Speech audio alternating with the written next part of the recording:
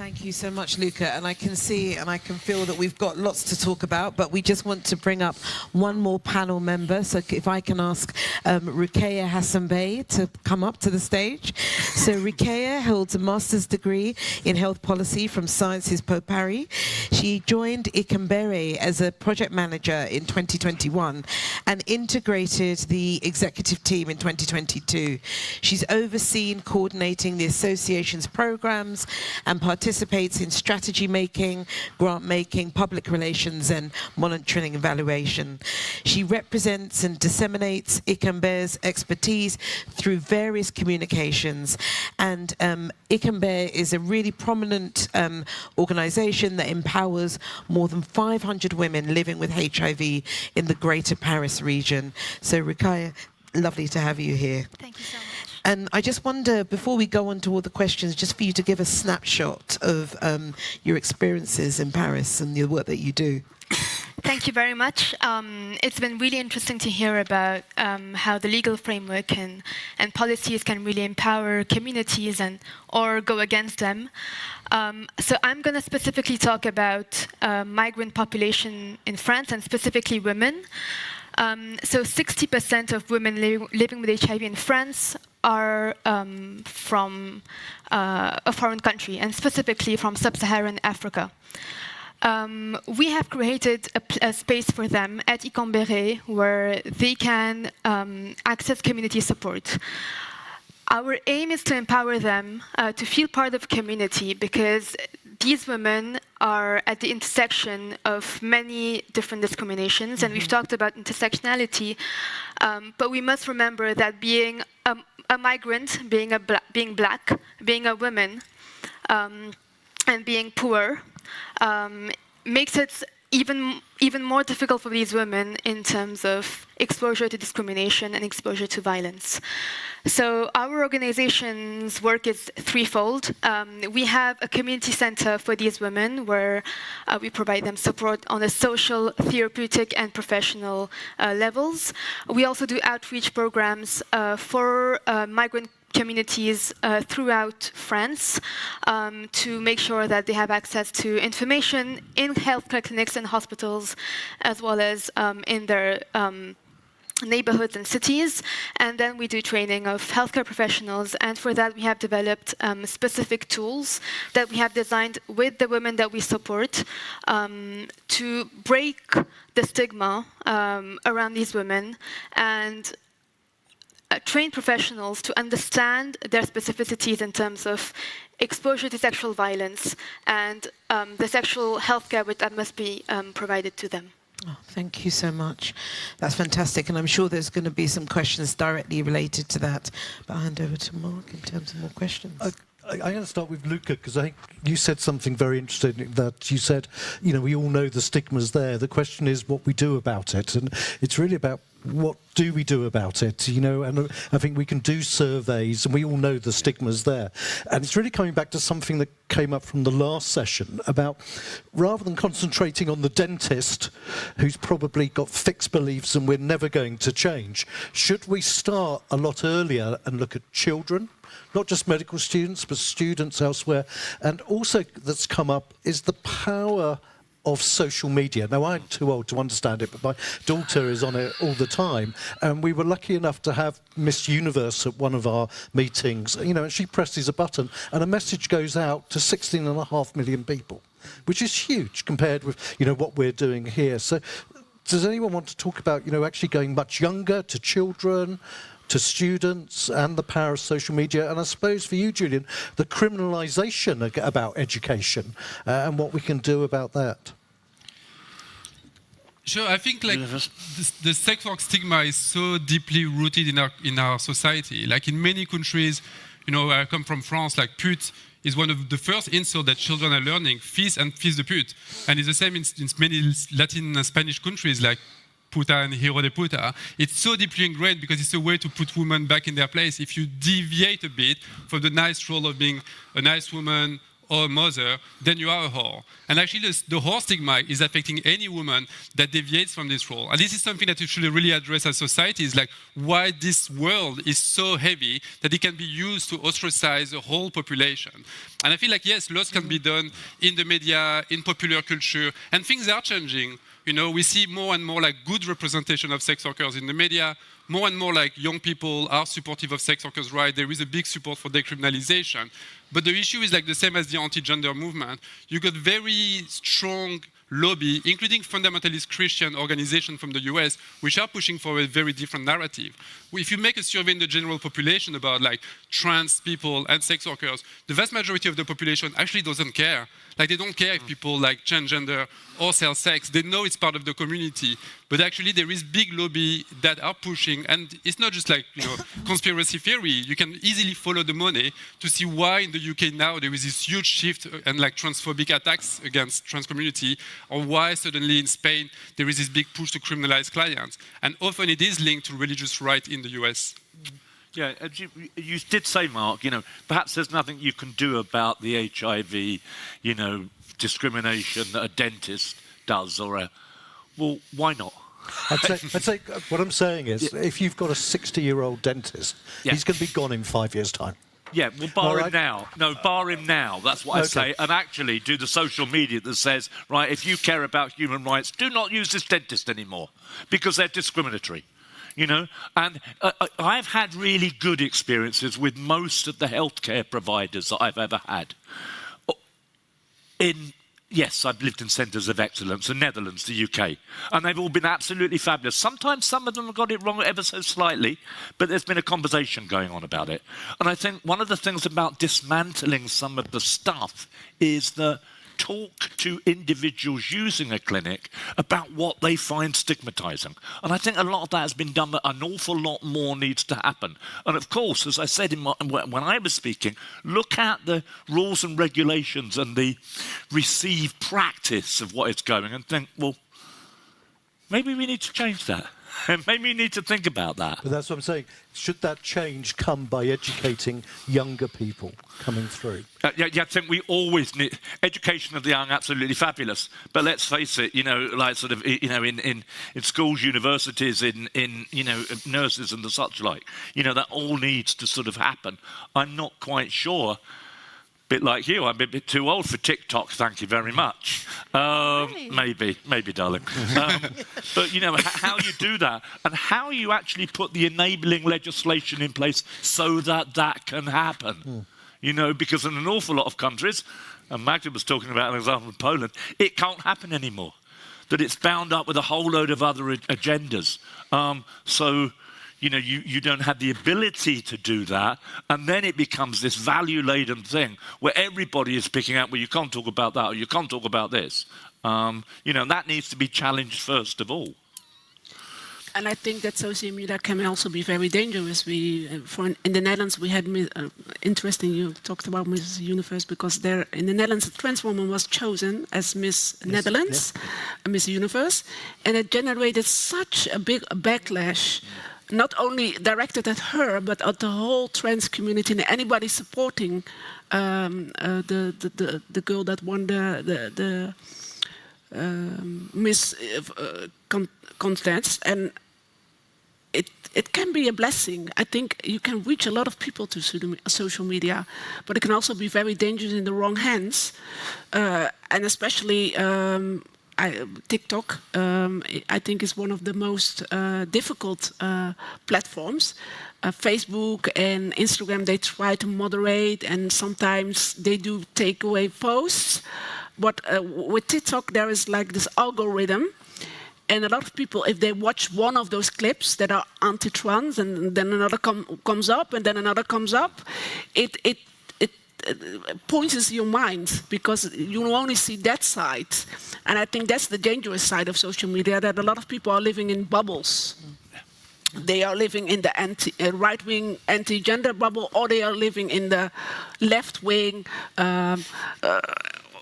all is possible bubble. And there's no in between more. There's no discussion anymore. And I think that's dangerous. We see it with Israel and Palestine. You are for Israel or you're for Palestine, and there's no discussion in between. No, I completely agree, and I think that when you look at some of the legislation that, like, about TikTok, etc., so for some of them you can't even use the word vagina. Because if you use it, then it will block you and cut you off. So again, it's all value laden. So someone there is dictating the algorithm to say what is right and what is wrong, and there's no fluidity. And I think there needs to be a change in the legislation, and I think that's what we as communities need to drive for. To say we need some control and protection, but we also need algorithms that fit the diversity of who we all are, and that's the biggest thing there, I think. Yeah. Yeah, social media is a very big possibility to do it, but we have to remember about AI that is coming, and it's also created. So what you put there, you can find out, and it's also will be fighting who will be putting real information for those who would like to put everything what you need. So this is also what is the lady what you mentioned. I understand she put very important information and use for good way, but you can have also another influencer who will put rubbish things or whatever. And what you mentioned, how you do communication, how you said that this is right information and this is not right information. And also young people do not have this kind of screening on their head. So you know what they see on the phone, they think that it's real, and it's very often not true. So this is also educational and very basic how to use it and how to be prepared for new technology. And when we start using it, we have to also remember about the difficulties that we can face on it and be very well prepared. But from other side, if we don't put this important information to the Facebook or to the Instagram or whatever, AI will not use it. So we have to do it and implement this, because if not, nobody will find it. And for me, just adding to this, I think when we talk about the youth and we talk about education, maybe it's a solution to target and to focus on future healthcare professionals and social workers who will be dealing with these populations in the future, so that they will have a positive approach in their practice. Absolutely. Yeah, you know, the largest humanitarian organisation in the world, the International Federation of the Red Cross, has 95 million volunteers. It has something like 3 or 4 million volunteers who are in their sort of gap year. And they teach the 7 fundamental principles as part of their youth movement. I've never yet met a Red Cross volunteer anywhere I've been, from Togo to the Philippines, from Poland actually to Mexico, who has not actually known that I'm a gay man, even though they might not be, but still known I'm HIV positive, but has been instructed through their principles that when they meet me at the airport to take me to some rural training, they're going to shake my hand. You know, that's the power that you can actually instill in people. Yeah. Just also want to put out any questions from the audience, and also to reassure colleagues online that we are looking at the iPad and I'm checking it every second. So just to give some reassurance for you there. Thank you. Hello. Good afternoon. My name is Pedro Ivo. I'm from Brazil. I'm working with the UN program of Yuga World, the International Lesbian, Gay, Bisexual, Trans, and Intersex Association. And I would like to pose a question regarding criminalization of HIV, criminalization of sex work, and criminalization of same-sex relations. We currently say in the LGBTI movement recently that we're feeling and facing a global trend towards decriminalization of same-sex acts, following the legal regulations in the Caribbean, Singapore, and other countries. But we are also seeing some backlash specifically in African countries such as Uganda, and we are working towards it with the same-sex issue, same-sex relationships in private. But I would like to ask you about the situation of HIV criminalization in sex work. How we are seeing for the next years and how we can provide an approach for what we can expect in the following years, and also bringing from the experience of the UN program at Yuga World, I would like to ask how to engage communities and how to engage local communities in order to actually advocate towards this decriminalization, and how can we advocate for a more broader decriminalization processes, not just for same-sex relationships, HIV, or sex work, but all together. Thank you very much. A small question. Happy to jump in. But briefly on sex work, I think as I was mentioning earlier, the WHO, UNAIDS, Amnesty International, Croix-Rouge, Red Cross, and Red Cross is coming out, there's hundreds of organizations, international LGBT organizations supporting decriminalization. All the evidence, all the human rights organizations are supporting decriminalization. There's absolutely not one bit of evidence that shows that somehow criminalization will make life of sex workers better. If you hear that from anywhere, it's just a blatant lie, and it's very easy to disprove. But for us, what's more important is that I actually don't care what people think about prostitution. We could have a conversation with some people who are very religious and think it's not right, or other people who think it's an affront to gender equality. Your own opinion about prostitution, I don't care, and most sex workers don't care. What we care about is your position on policing. And we know that, and in particular with Black Lives Matter, how racist and how violent and how murderous the police is. And we had a huge movement of protest against policing, for defunding the police, against racism in the police, against violence. Sex workers have been saying that for 50 years. Our movement is much older. But in 1975, sex workers occupied a church in France to call for an end of policing and criminalization, because the police were the first rapists of sex workers. As long as you criminalize sex work, police officers will take this opportunity to exploit, blackmail, and rape sex workers. There is so much evidence about this. So anyone who somehow believes that sending men with guns and sticks to protect trans women, migrant women, or women who use drugs is just lying to themselves. And for us, we strongly believe that decriminalization time is now. And it's not just in Europe, Belgium decriminalized sex work, but Thailand is discussing it, South Africa, Mexico, New York, all across the world, there is a huge push for decriminalization. It's a slow process because I think people lack political will and are very hypocrite about this topic. It's not a topic that people want to engage with. But for us, it's this. If somebody say actually, I don't know about decriminalization. I think, prostitution is a form of violence and men should be criminalized. Move the topic from criminalization to policing. It's you really believe that the police is the best tool we have as a society to support marginalized people, including mostly women and LGBTQI. And it's not possible to stand in 2023 and believe that the police is the right tool for social issues. Yeah, absolutely. Absolutely. I mean, it said it all. I mean, I would, in terms of the criminalization of non-exposure to transmission, look at our website, look at the laws that are there and who is working against them. To dismantle them.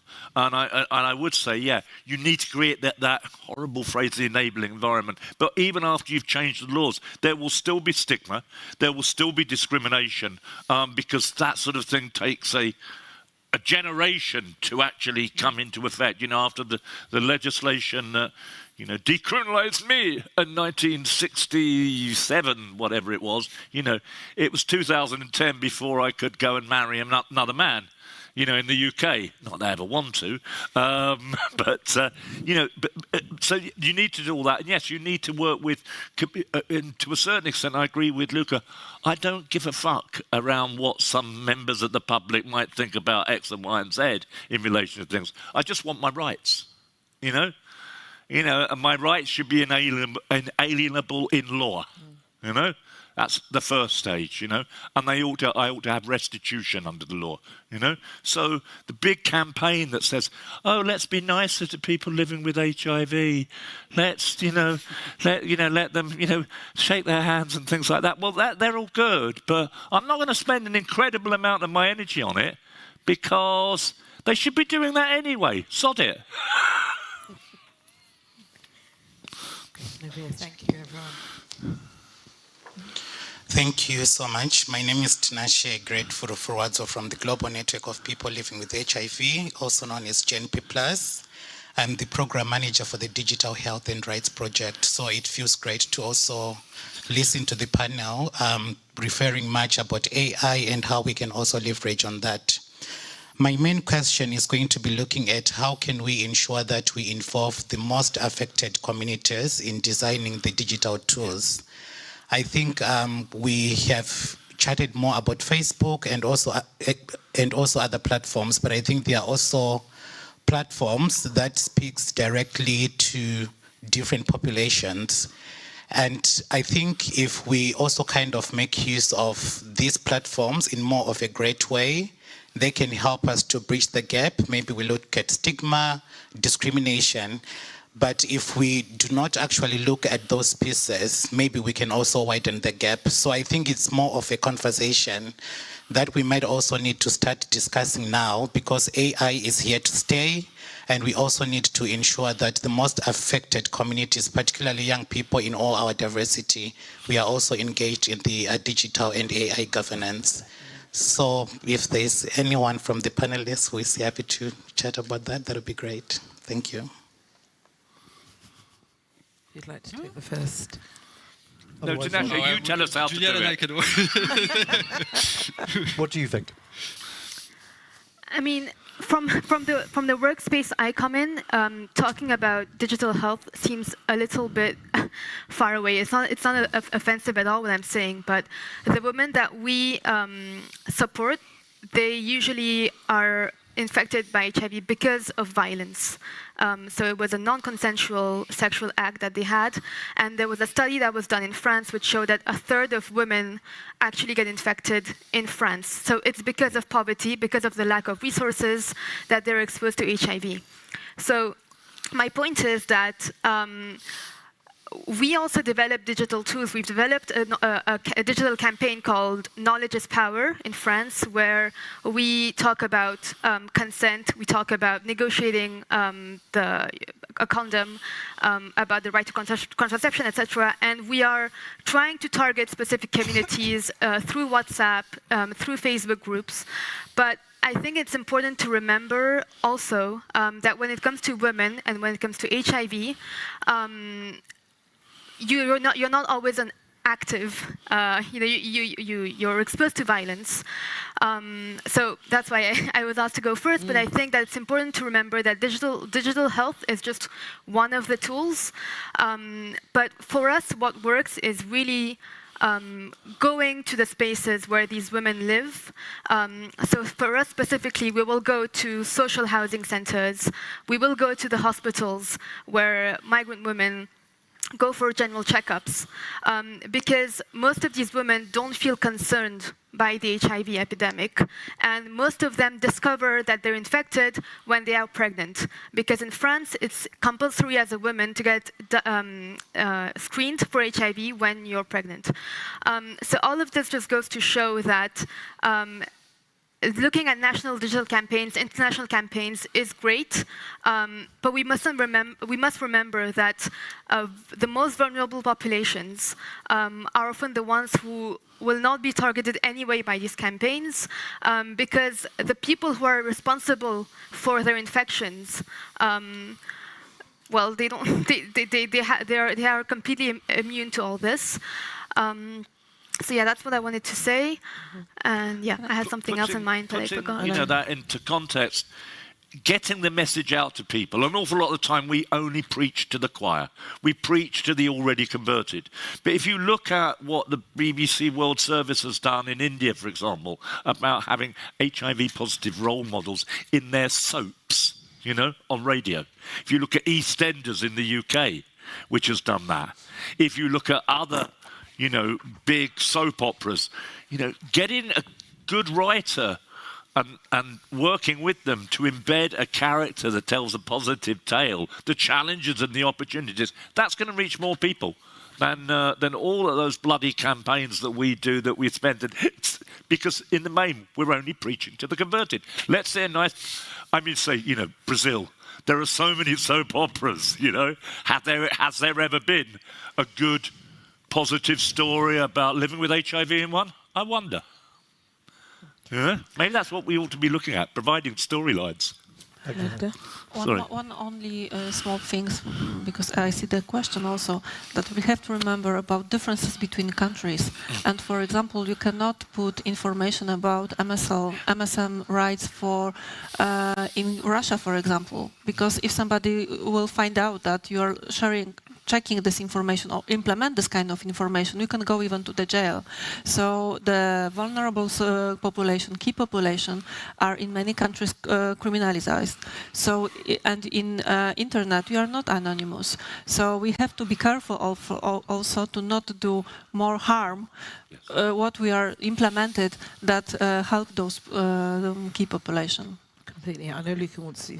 Yes, like briefly, on sex work and digital question is such a huge topic. As you know, like more and more sex workers are using digital tools to work, and in particular since the COVID pandemic, lots of sex workers are starting to work online. But we know, like I was talking about criminalization of sex work and third parties, and this is something people don't understand when we talk about criminalization of third parties. Is anyone who facilitate, promote, manage sex work, and that often means like online services like website where we advertise, etc. There are different laws. Like I think in Turkey a few years ago, they passed a law on like communication about prostitution, which makes it like an offense as well to communicate about prostitution. And the same in Russia and other countries. Just mentioning sex work, talking about sex work is promoting sex work, and that can be, criminalized as well. And we know as well that many social media platforms, whether it's like Facebook or TikTok, etc., will ban certain words that sex workers use to express themselves. Many of our members had their account shut down because they were violating the policies of Facebook because they just mentioned the word sex work or prostitution. So there's a lot that can be done on this, but yeah. Yeah, hi. Super interesting discussion. I want to go back to more local context, if that's okay, to Poland and refugees from Ukraine, what Magda was presenting. And just to comment on that, because Precursor Foundation, which I represent, also works with the refugees on the ground, in outreach and in stationary service. So there is a multi-level stigma. So this is HIV, but also drug use. And this enables really people to, it's really difficult to reach people. I really don't like the term hard to reach groups. I would say there are rather hard to reach services, and this is the case of Poland. Services are really hard to reach because the coverage of harm reduction services is really low, or opioid agonist treatment. So when a person comes to Poland, under attack, as you can imagine how dramatic it is, taking care of the medicine is very often not the priority, is maybe not the last, but it's not the first issue he or she is thinking about. So we are still, but we are working with people who got hosted all around the Poland. It was a solidarity movement at the beginning of war, an amazing one. So people got hosted all around in small cities, bigger. And what Magda showed at the map, the services, it's either HIV clinics and opioid agonist treatment programs and harm reduction services, which are just a few, are just located in big cities. So for people who need treatment and access to treatment, it was very difficult, not just at the level of stigma or the risk of discrimination, but on a very practical level of moving and traveling to these places, which are 300 kilometers away. So in a way, the system, the treatment system, the harm reduction system as it is in Poland, reflects or shows the discriminatory attitudes. So even before it was difficult for Poles to be in the treatment, and even before war, the HIV situation in Poland is dire. It's really, really, really bad. And then you have people coming, the mathematical models say something, but we actually don't know what's happening. So we work with a couple of dozens of refugees, found out different things. We were also very often the people or the organization that women most often wanted to talk with while being hosted, you know, in small villages, being afraid even to talk to their host families, which is obvious. So how difficult it is, and even for mothers to travel, you know, to the nearest OAT or HIV clinic to get the treatment with a child, it's even more difficult. So it's like multi-layered difficulties and barriers you have to pass. And yeah, we've tried to reach and to build relationship with the community. Without it, it's really hard to do much. So it was based on peer work, but as I said, it's really really difficult to say what's going on. And you know, on these expert meetings and groups, everyone is asking the question, what is really going on here in Poland? And we don't know. And having in mind that it was really difficult, I mean, really bad before, this is a really serious public health issue which should be addressed, but apparently there's no one really to address it to. So I would underline what Magda says, that different group of immigrants, different cultural barriers, language barriers, logistics, many different, but at the same time not knowing what is underneath. Any difference in France? Or the same? I mean, I think in France, we've had migrants from sub-Saharan Africa since the beginning of the HIV epidemic. So there have been a lot of different community organizations that have been created for them. Nevertheless, they remain a population which is hard to reach. I know you don't like that term, but it's true, and I think that's why outreach is really important, and we need to remember that giving these populations a safe space where we can, you know, discuss their health, explain to them, you know, how the system works, how institution works in the specific country they're in, their rights, and as well in terms of health and information, is really important. But I think in France we're lucky because I'm speaking today. We have a rather protective healthcare system for migrant populations, with a right to have access to medicine and free healthcare services for any foreign person in the country, and then specifically for HIV populations. So things are becoming worse and worse with time, but yeah, overall, I think there is an institutional recognition that, you know, this disease is existing in the country, and that obviously helps community organizations as well to build up. So obviously we were talking about policy before, but I think France is an example that shows that policy really does work and is really important, but it must never be taken for granted, because even today, as I'm speaking, very fundamental rights are being questioned. So yeah, we must always continue to advocate for them. But if you take the trans clinic, which is a success, and it seems very like the Tangerine Clinic in Bangkok, or the Q Clinic in London, and they actually get better results than going to the general clinic. But it seems to be driven by the fact that no one else is sorting this out, so we're going to sort it out for ourselves. Do you think that's a model which other groups can use? I think it's I think it worked in Amsterdam. Yeah, I can see it works. So I think that's very important, because if you use key people within key populations, they know where they are. They know how to reach them. They speak their language, like Elaine, reaching people with African descent in the Netherlands. For a white person, a white doctor that works at the municipal health service in Amsterdam, it's very hard to reach that community. The same with the trans community. We know where our people are, and they know to find me or Dina or other people who work in the clinic. So the lines are very short, and also there's a lot of the key population have distrust in medical protection, medical people, usually because they come from countries where they cannot trust doctors, police, government, and that they can access health services through people they feel they can trust takes away a lot of barriers. Yeah, definitely. And if I can just add to that, I think very shortly, having peers within the healthcare system and within talking to these populations is really key, and that's what we do in our organization. We've empowered former beneficiaries as health mediators today, so health counselors, who are the people who do the outreach and hence who speak to these communities, and that really works. Perfect. Angelina patiently waited. No worries at all. So my name is Angelina Namiba, and I'm a founder member of the Forum Network of Mental Mothers Living with HIV. So we're one of the organizations that endorsed this really important event.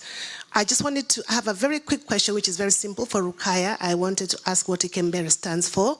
And then I have some solutions, because we are looking at how do we move forward.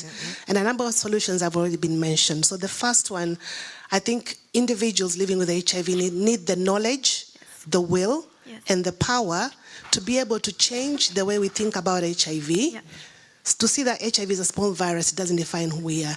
They also need the knowledge, the will, and the power to be able to mind and change the language that we use around referring to HIV, because some of the language that we use can also further stigmatize people. So we need to be able to change that. And individuals also need the knowledge, the will, and the power to kick stigma out of their lives. When somebody comes and says, Angelina, here you have HIV, and I say, yes, I know my status, do you know yours? So that's one thing. It's around individuals need to be, whatever it is, they need that power, the knowledge, and the will. The second thing is something that Arda already mentioned earlier on. It's about the fact that we need different approaches for different communities, for different people, because one approach is not going to suit all, but as many approaches as we put into place, that's actually going to have an impact. The third thing, the second and a half thing that we need is a visibility of people living with HIV. And I don't mean just everybody has to stand up and be open about the status. I want to use the example of, and it would be remiss of me if I didn't mention the book that we just published. We need visibility, particularly, and if I'm speaking about African people living with HIV, oftentimes when you hear about African people living with HIV, it's always the negative.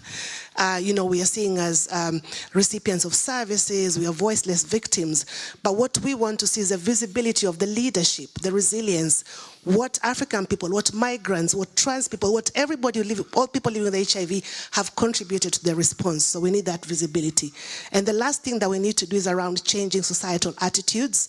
And I'm just going to give a really good example of a campaign that has just been launched in Scotland, which is around looking at tackling stigma. That campaign is an antidote to the tombstone advert that we had 40 years ago. They've launched a campaign which is about how far we've come in terms of HIV today, what living with HIV really is like today, how things have changed, so that society can see the changes that have been made and start to move and shift away from stigmatizing people. So that's just what I had to share. Fabulous. Thank you so much for your contribution. So Ikembere means the welcoming home in the language that is spoken in Rwanda, so Kenya, Rwanda, because the founder is from that country. I can really relate to every single point you've mentioned, because in our community center, we see these dynamics of all the women who've gone through the support system that we've provided them, who have become empowered, and who share their stories with younger women who arrive at the community center. So every year we have 500 women that are supported at the center. About 150 of them are newcomers. And we see that empowerment has three dimensions. It has the individual dimension, so how we can just give them a hand, peer-to-peer or professional to patient, how trust is really fundamental to empowering the patient as an individual to accept their disease. And sometimes we realize that for them to be able to speak about their status, everyone has their time. Everyone has their will to share it or not. But for them to know that they have people they can rely on throughout the process of sharing their story is really important. So that's individual empowerment. Then there's collective empowerment. And I really believe that creating collective spaces for population, and specifically populations who've been exposed to so many discriminations in their lives, is really key to fostering positive messages about HIV. And then there's political empowerment. And I think the way we do it is that we really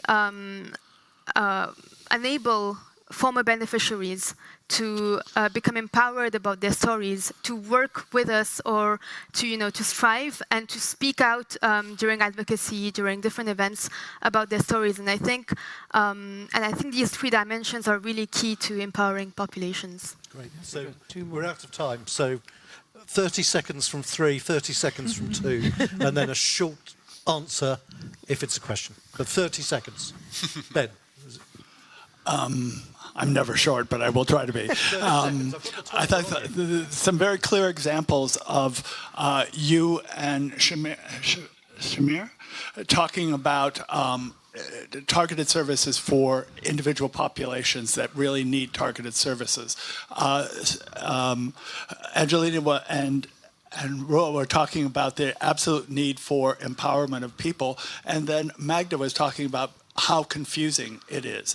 And I have to go back to what Luca was saying about his maximal approach, which I absolutely support, is these things, there is an organized right-wing attempt all over, and there's complete linkage between these things, from Uganda to what's going on around transgender movements. And I think people really have to have a maximal sense of that as activists, that we have to make those connections.